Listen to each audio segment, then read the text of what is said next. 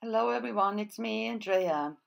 Today I'm making a art journal page and you see me put in here down black gesso.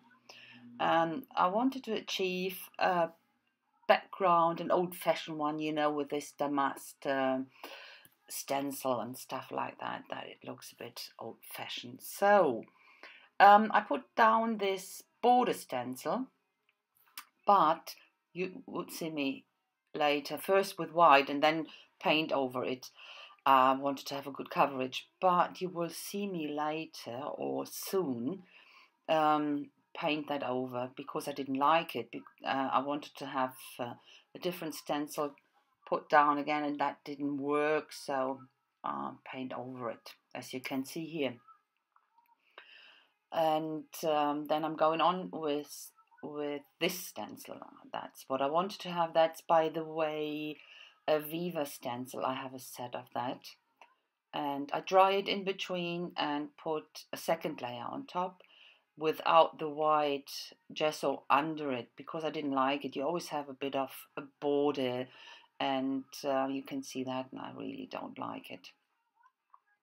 So, oh, the reflection is really bad on the black one. The camera can't, I just see that, can't cope with that. I'm sorry about that. I hope it will get better as soon as there is more paint on that black. So now the last one, I put down 3 of them, and then I start to put color down, I think. Oh no, even more stenciling, sorry. A bit, that's actually a paper stencil, not paper, it's cardboard with a layer of plastic on top. You can buy them in books and get them out. So now I'm putting paint down, and I stick with yellow, orange and red. The orange looks quite funny to me here. And this stencil I used to get, I wanted to get something, a focus in the middle, and that at the end it won't be very visible because I paint a lot over it. I try a different orange because that one I used wasn't bright enough. I really haven't got a really nice and bright orange, funny wise. I tried to mix it with different other colors, but it wasn't bright enough for me. So, and now I start to put a bit of black back because I covered far too much, and I wanted to have it in this strokey pattern. That's why I'm using here the what do you call this brushes with this. It's nothing synthetic. It's this hard bristle hard ones, and I left it relatively dry, and to get this strokey pattern. It looks really good with the black, I must admit. I really liked it. Exactly what I wanted to achieve. Yeah, it worked. Fantastic.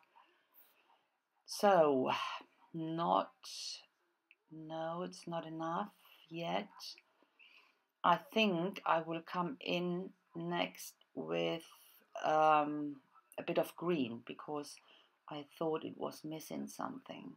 So I go in with a bit of green, and is that green already? Can't see it actually. Oh, it is green, yeah. Bit of stamping with a Tim Holtz script stamp with this reflection set, and with an obsession impression, this big ones. That's another, oh, that's a Dine Reveille stamp, and then this big impression obsession with these dots on it.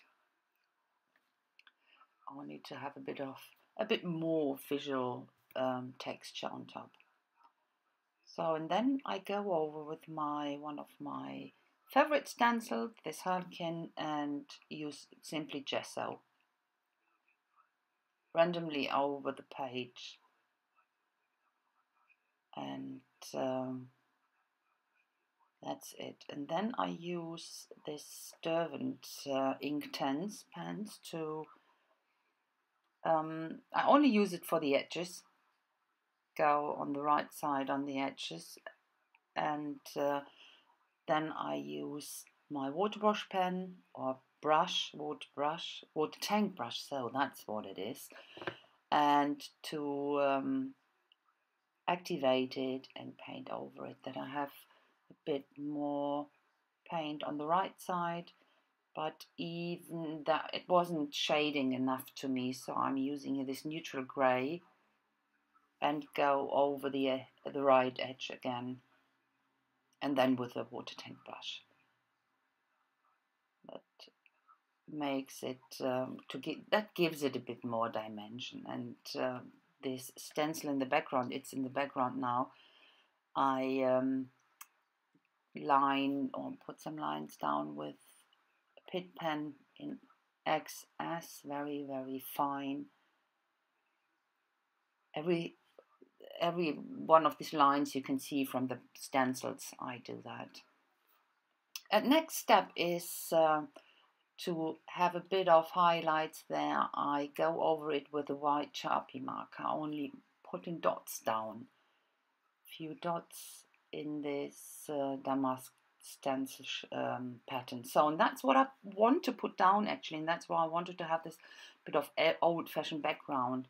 These are original postcards from, that's the picture on there, that's a postcard actually, that's what they did in the past. And these are old family books with all the birth certificates and stuff like that. And I use something what you can see laying there under the pages from this woman you can see on that postcard is my great-grandmother. She started this collection of postcards, and the first one was, or the oldest one is really from 1902. It's it's weird to read them nowadays, you know, and I didn't really know what to do with them. I have them laying around here, and I watched Linda Lapotka using a postcard recently, and she gave me the idea, why not tearing them apart and use them in pieces? That's quite a good idea, because you never can decide, do I use the front or the reverse? So why not both? So, and then, even though the paper's really aged, I put some vintage photos on the edges, and even the torn one, there was more important to have the edges done with a bit of vintage photo to equalize them to the other ones. And now I'm trying to assemble everything. And I got this drywall tape, this paper ones, this self-adhesive, where you have to peel off the package and not package, the back paper to glue it down. I got from Lynn from Scrappity Doodah. So happy about that. So what I do here, I made some lines where the main image will be, and put some heavy gesso behind it to have it a bit more separated, that you have the separation visible. And then I went over it with this Punchinella stencil and vintage photo distress ink, but it was too defined, it looked too not messy enough, so I went over it with a wet brush, and that made it much better. So, and then assembling again, having a look in which way I want to have it. And at some stage I thought, that looks quite bold. And of course it's all old and it's not colourful, but I thought a bit of paint, colourful paint here and there wouldn't be bad. So I used my acrylic inks, and in green, to pick up the green from the background, and used it, and that, I think, gave it a much nicer look. So, and that one here, that is a leftover from something, I can't remember what it was actually. I think it's an old bookmark I found in a book I bought in a second-hand shop. And assembling again. Am I happy? Sort of, yeah, I'm starting to glue the stuff down. So this plastic bag thing from the drywall tape I use as well. Don't throw something away. Comes all handy. And I actually glued it down with Mod Podge and on top as well, because all these papers, they are all original old ones, and they are starting to get very brittle, so I wanted to protect them. That's why I covered it completely. And then I thought on that side, something's missing, so I use this half of this motif stencil with modeling paste. And then I'm starting, while that was drying, to give it a bit of a shading around the edges, simply with a charcoal pen and with a stump to blend it. And then going over the edges, of course, with archival ink. And then I think I'm trying to find out what kind of paint do I want to have on top of that stenciling. It was between the green and the red. I have a bit of red on that page, so I thought it might be nice to match it with that. No, that's what I did. At the end I wasn't quite happy. Should have used the green one, but yeah, that's the problem. Always the wrong decision. No, I quite like it, so that's a short look. And you will see some pictures at the end. So thanks for watching, guys. See you with the next page. Thank you. Bye-bye.